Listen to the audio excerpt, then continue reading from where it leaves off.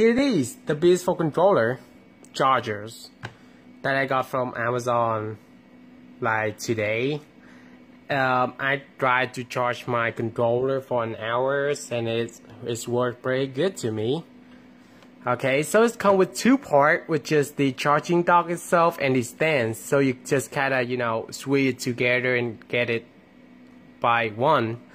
It's also come with the instructions, which is here. It's easy to read, and I mean, you pretty much just don't have to read it because it's user friendly. It's easy to use. It's come with the mini B USB cable, the one you use with PSP controller. Yeah, the one back then I know too. Yeah, so I'm kind of just plug it into the PS4. So let's see what happened. Okay, so here it is.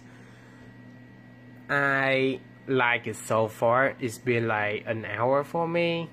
So I kind of want to take a pictures and let you guys know what I think about it in the comment. Thank you.